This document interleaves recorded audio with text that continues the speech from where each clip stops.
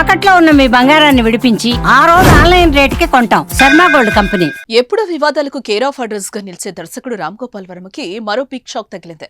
2 ఏళ్ల నాటి కేసుకు సంబంధించి రామ్ గోపాల్ వర్మపై నాన్ బెయిలబుల్ వారెంట్ జారీ చేయడంతో పాటు 3 నెలల జైలు శిక్ష విధించింది. 7 సంవత్సరాల నాటి చెక్ బౌన్స్ కేసును విచారించిన ముంబైలోని అంధేరి మెజిస్ట్రేట్ కోర్టు రామ్ గోపాల్ వర్మకు 3 నెలల జైలు శిక్షతో పాటు జరిమానా కూడా విధించింది. ఈ పిటిషన్పై విచారణ సందర్భంగా ఆయన కోర్టుకు హాజరు కాలేదని, దీన్ని దృష్టిలో ఉంచుకుని ఆయనపై నాన్ బెయిలబుల్ వారెంట్ జారీ చేయనున్నట్లుగా పేర్కొంది.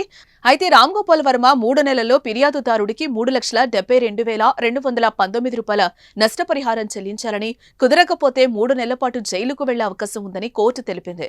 ఈ నేరం నెగోషియబుల్ ఇన్స్ట్రుమెంట్స్ చట్టంలోని సెక్షన్ 131 కిందకొస్తుందని, దీని కింద చిత్ర నిర్మాతపై చట్టపరమైన చర్యలు తీసుకోబడిందని కోర్టు స్పష్టం చేసింది. ఇక చెక్ బౌన్స్ కేసులో రామ్ గోపాల్ వర్మ ఇప్పటికే 2022లో ఒకసారి బెయిల్ పొందారు. అయితే రామ్ గోపాల్ వర్మకి ఇలాంటి కేసులు కొత్తేం కాదు. ఎప్పుడు ఏదో ఒక వివాదంలో చిక్కుకోవడం రామ్ గోపాల్ వర్మకు ఫ్యాషన్ గా మారిపోయింది. మరి ఇప్పుడు ఈ కేసుపై ఆయన ఎలా స్పందిస్తారో చూడాలి. ఇక ఇదిలా ఉంటే రామ్ గోపాల్ వర్మ తాను తీయబోయే కొత్త సినిమా పేరును అనౌన్స్ చేశాడు. అత్యంత భయానక జంతువు కేవలం మనిషి మాత్రమే. సత్య ఫిల్మ్ కన్సెషన్ నోట్ కు కొనసాగింపుగా ఇప్పటి వరకు తీయనంత అతిపెద్ద చిత్రాన్ని ట్విట్టర్ వేదికగా ప్రకటించాడు. తీస్తున్నానంటూ ఈ సినిమా పేరు సిండికేట్.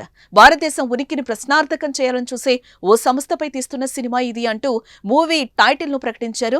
గత 10 ఏళ్లలో చెప్పుకోదగ్గ క్రిమినల్ ఆర్గనైజేషన్ ఏదీ రాలేదు. కానీ ఇప్పుడు ప్రజల మధ్య ఏర్పడిన విభజన రేఖలు ఓ కొత్త సంస్థకు ఊపిరిపోస్తున్నాయి. పోలీస్ ఏజెన్సీలు, రాజకీయ పార్టీలు, బిజినెస్ మ్యాన్లు, మిలిటరీతో ఏర్పడే సిండికేట్ కనుక ఇది భయానకంగా ఉండబోతోంది అంటూ కాన్సెప్ట్ రివీల్ చేశాడు.